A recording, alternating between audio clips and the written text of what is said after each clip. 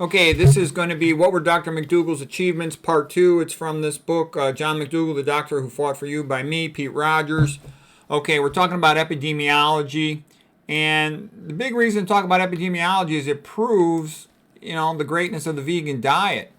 And basically, the reason why paleo, keto, carnivore will tell you that, epidemiology is bogus is because they don't have any support for their claims for the paleo, keto, carnivore.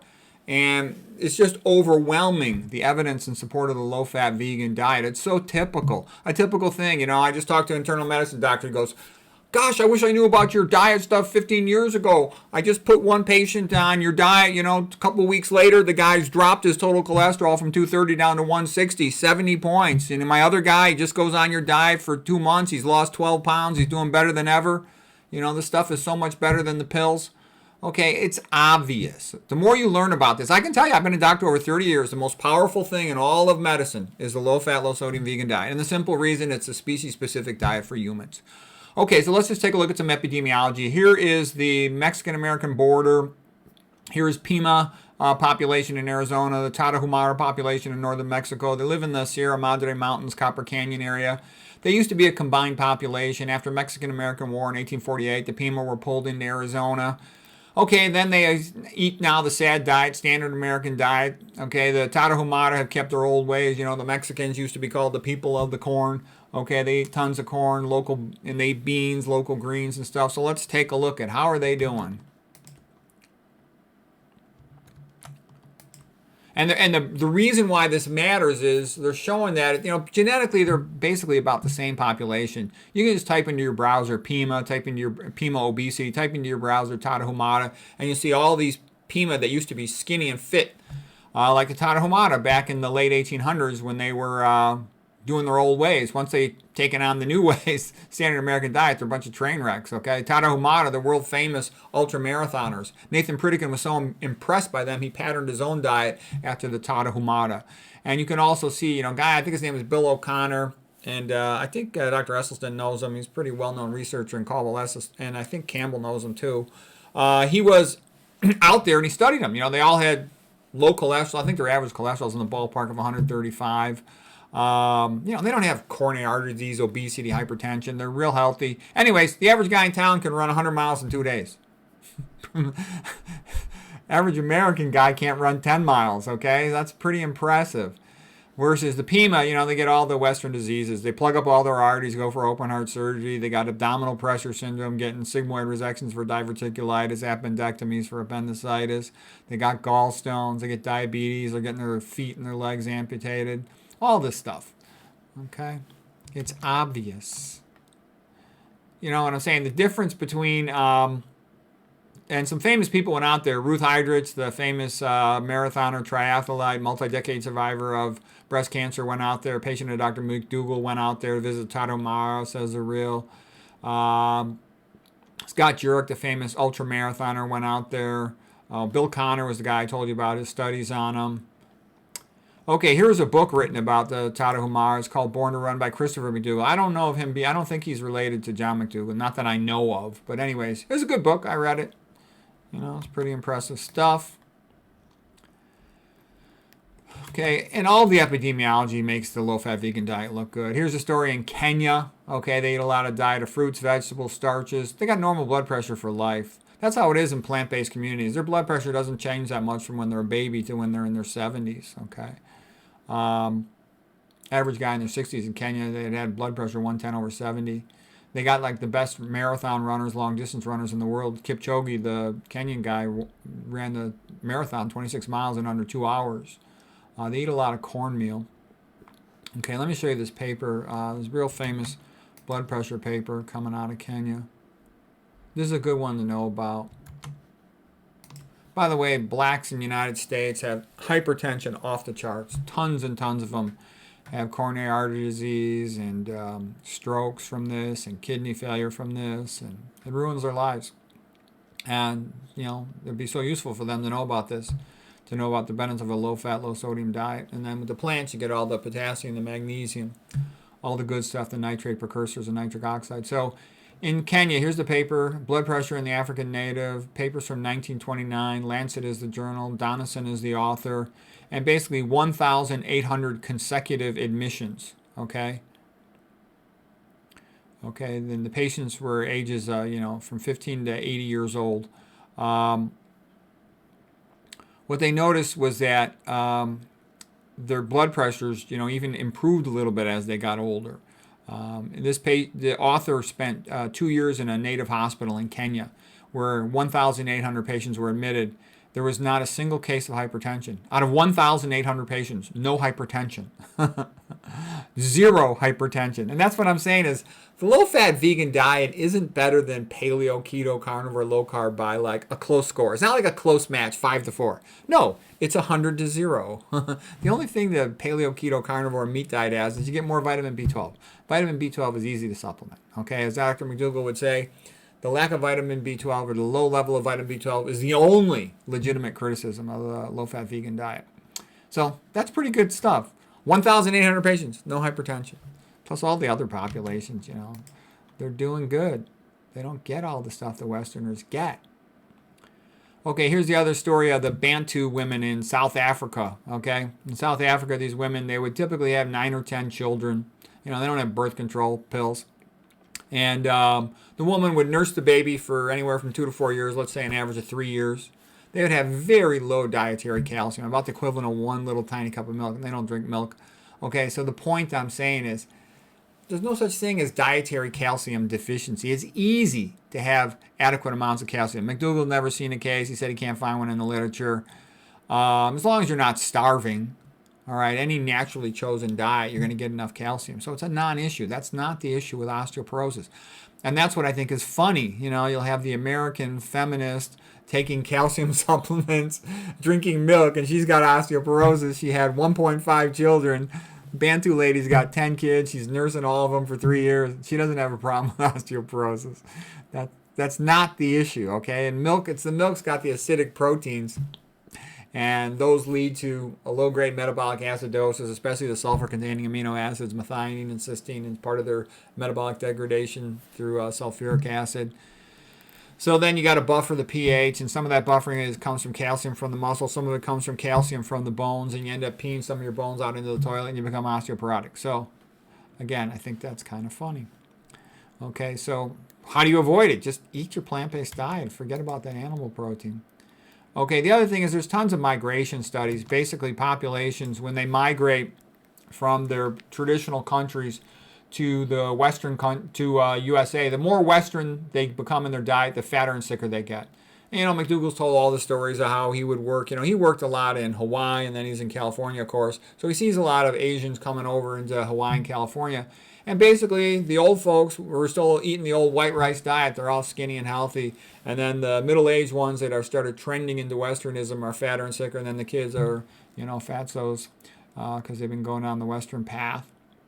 And the Okinawans used to be some of the longest lived people in the whole world, back when they were eating lots of sweet potatoes and a plant-based diet. Now they put fast food places into Okinawa. Okinawa is kind of like what Hawaii is to USA. Okinawa is kind of that to Japan. And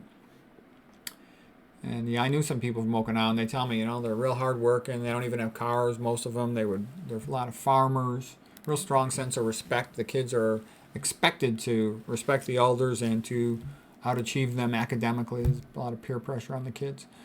Okay, the incidence of prostate cancer, for example, back in like Japan, used to be next to nothing when they ate a plant-based diet primarily. Let's see, the Japanese migrant studies, all the migrant studies for whatever the country, that when they used to eat a plant-based diet, the more westernized they get, the fatter and sicker, the more coronary artery disease, diabetes, hypertension they get. That's just how it is. Okay, the Seventh-day Adventists used to be super healthy because they're vegans, and that's not even the healthiest of them. The more low-fat, they'd be better off. That's a whole other topic. We're not getting to that right now. Here's the Finland Karelia Project. Finland back in the 1960s used to have very high levels of cardiovascular mortality. In the 1970s, about 1972 to 1977, under the guidance of Pekka Puska, he's an MD, PhD researcher there, they did the Karelia Project, where they trained the wives to prepare more of a plant-based diet for the men. They got them eating more even frozen fruits through the winter, and just they switched out some of their dietary sodium chloride, typical salt, for potassium chloride. They had an incredible 84% drop in cardiovascular mortality. That's incredible. That's huge. So that was pretty impressive. The Plant Chompers guy made a nice video about that. He actually got Pekka Puska on there. He's got some clout, that guy, to interview people. He says I'm too divisive, and he won't interview me, but he interviewed Pekka Puska, and it's good. It's a good video. I enjoyed watching it. It's nice to see the people from the place. Okay, let's see what else. Industrial Revolution made a lot of people a lot more wealthy, and then, fat, and they started having refrigerators, of course, and once they had refrigerators, now it's much easier for people to eat meat all year round in grocery stores. Okay, as Dr. McDougall points out, 1 billion out of 1 billion Asians are skinny when they eat a rice-based diet. Okay, in Peru, where they eat potatoes, the people are still skinny. In Papua New Guinea, where they eat 93% of their calories from sweet potatoes, the people are thin and healthy. Okay, here's some references if you want to look some of that stuff up. And all large populations, Dr. McDougall quote here, all large healthy populations are starch-based. There are no exceptions. Okay? And he says, good health is attractive because people want to mate with somebody who's healthy. They want them to survive and help raise the kid. Okay, and then Dr. McDougall's quote here, basically all animal foods provide about the same nutrition and have roughly the same impact on your health. The 5 major poisons in the animal foods are excessive fat, 15 times more fat than plant foods, excessive cholesterol, excessive animal protein, excessive methionine, sulfur-containing amino acid, more acid in general. Okay, they're rather acidic.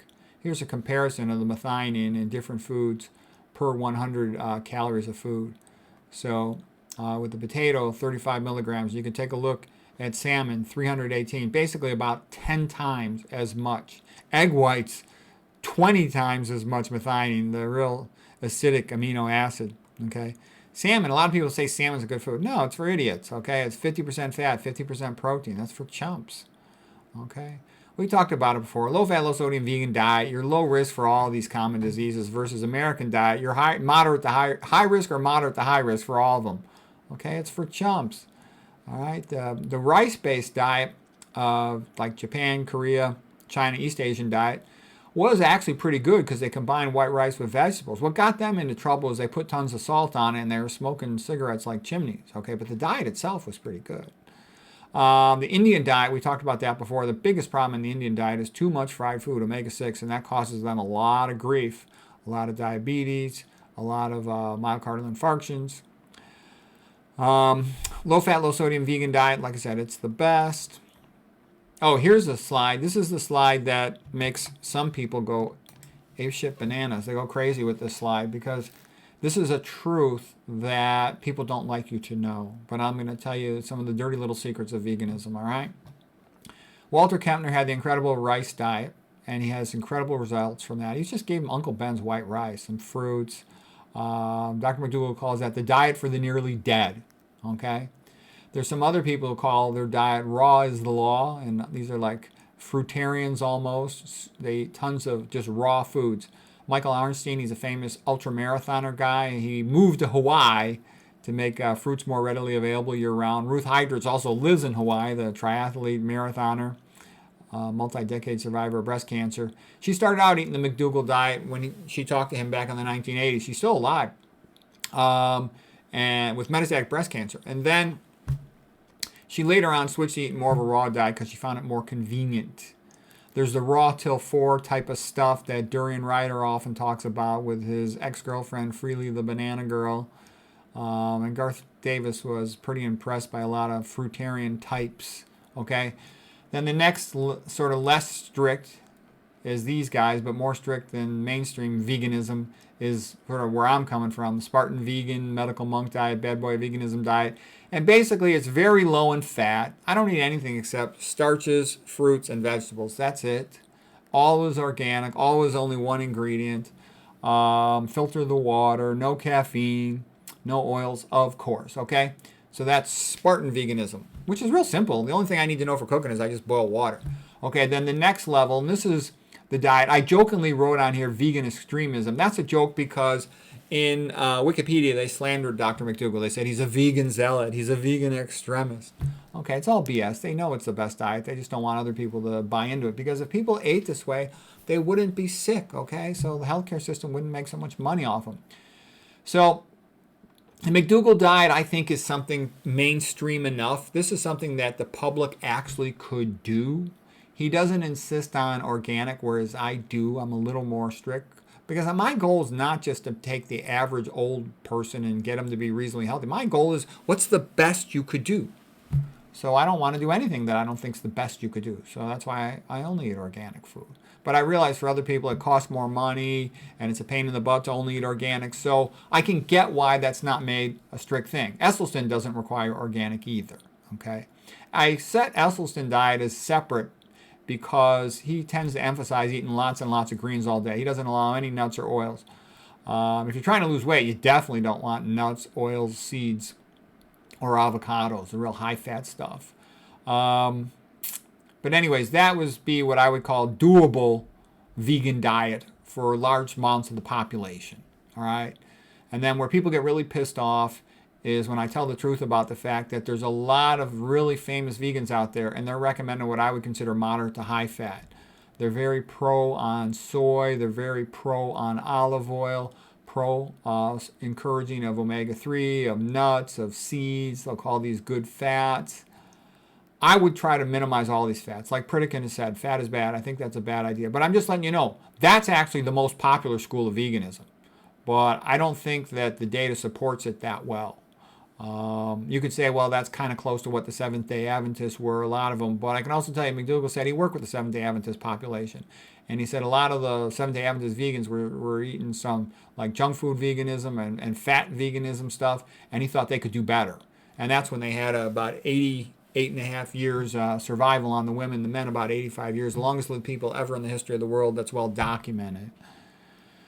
So anyways, that's what the controversy was about. And trust me, people go crazy about the fact that I divide these two groups. Because they are different, okay? There's a difference. And they often in this group will promote olive oil. Not all of them. Certainly some of them don't. But I'm just telling you, if you want to know the hot spot that pisses people off in veganism, this is it right here. The dividing line between what I would call the really low-fat veganism versus the moderate fat, and some of them are even high-fat veganism. That drives people crazy in the vegan world. Okay, animal rights vegans. The animal rights vegans are people who do it because they care about animals. I'm not that impressed by animal rights vegans because a lot of the ones I've seen that care about say they care about animals, they don't care about people.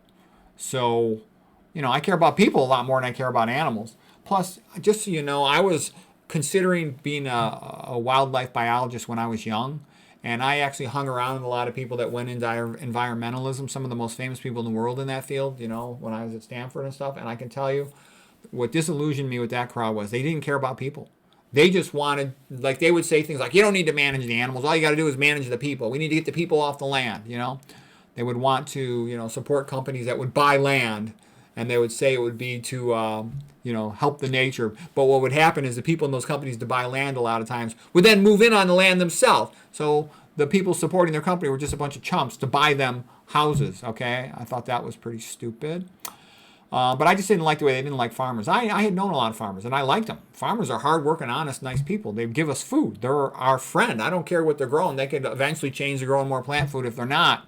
But I like the farmers. So anyways, that's one of the reasons why I know the environmental movement better than you would think. And I'm not impressed by it. I don't think they're that much of a friend to mankind. And I think they're a bunch of hypocrites. Because I know them. And I know what they would do.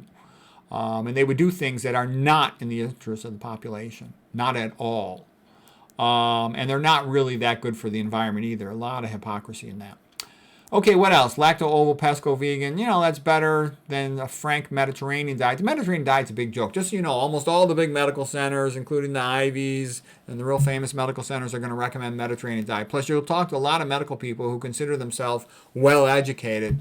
And then when you ask them about nutrition, they go, oh, I've heard the Mediterranean diet's very good. That's a sign that they're an ignoramus and they haven't read anything. They haven't thought about it deeply. They don't know what they're talking about. They're just trying to sound well-informed, but they don't know what they're talking about. The Mediterranean diet is the Antichrist diet. It promises salvation, but it doesn't deliver. The best optimized version of it, like in the Lyon study, Esselson's diet was more than 30 times better than that, about something like 32 times better than that for prevention of coronary heart disease. It's a joke, okay? And the regular Mediterranean people eat much worse than that. It's full of terrible foods. Olive oil, chicken and fish and eggs and alcohol and stupid canola oil. It's just completely stupid. And that gets recommended by Ivy League schools, by famous medical centers for all kinds of things. Okay, so that's all we got for that. So this will be part 2 of the chapter on Dr. McDougall's achievements. That's it for today. Hope that was helpful.